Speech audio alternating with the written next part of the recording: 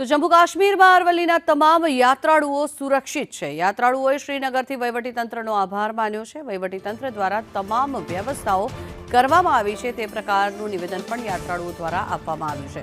આજે રસ્તા ખુલ્લા થતાં યાત્રાળુઓ સલામત સ્થળે પ્રસ્થાન કરશે। યાત્રાળુઓ સાથે જ્યારે વાતચીત કરવામાં આવી તેમના દ્વારા આ નિવેદન આપવામાં આવ્યું છે। કોઈપણ પ્રકારની કોઈ જ અસુવિધા યાત્રાળુઓને નથી પડી રહી। જો કે તંત્ર દ્વારા પણ તેમની ખાસ દેખરેખ રાખવામાં આવી રહી છે। જમ્મુ કાશ્મીર ગયેલા અરવલ્લીના આ યાત્રિકો સલામત છે હાલ અને તેમના દ્વારા આ સંદેશ આપવામાં આવ્યો છે। વધુ માહિતી મેળવીએ સંવાદદાતા શૈલેષ પંડ્યા જોડાયા છે આપણી સાથે। શૈલેષ, જણાવશો યાત્રિકોની શું પરિસ્થિતિ છે હાલ? છેલ્લા ઘણા સમયથી તે લોકો ત્યાં ફસાયેલા હતા, અત્યારે હાલ શું પરિસ્થિતિ? જી શૈલેષ।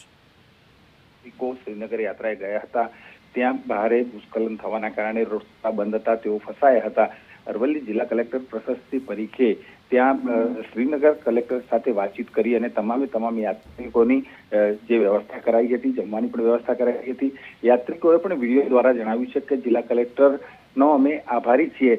આજ રોજ રસ્તા ખુલ્લા થયેથી આગળના જે સ્થળ છે તે સ્થળ ઉપર જવા માટે યાત્રિકો તેઓ પ્રસ્થાન કરશે। હાલ તમામ યાત્રિકો સુરક્ષિત છે। જી આભાર શૈલેષ સમગ્ર માહિતી બદલ।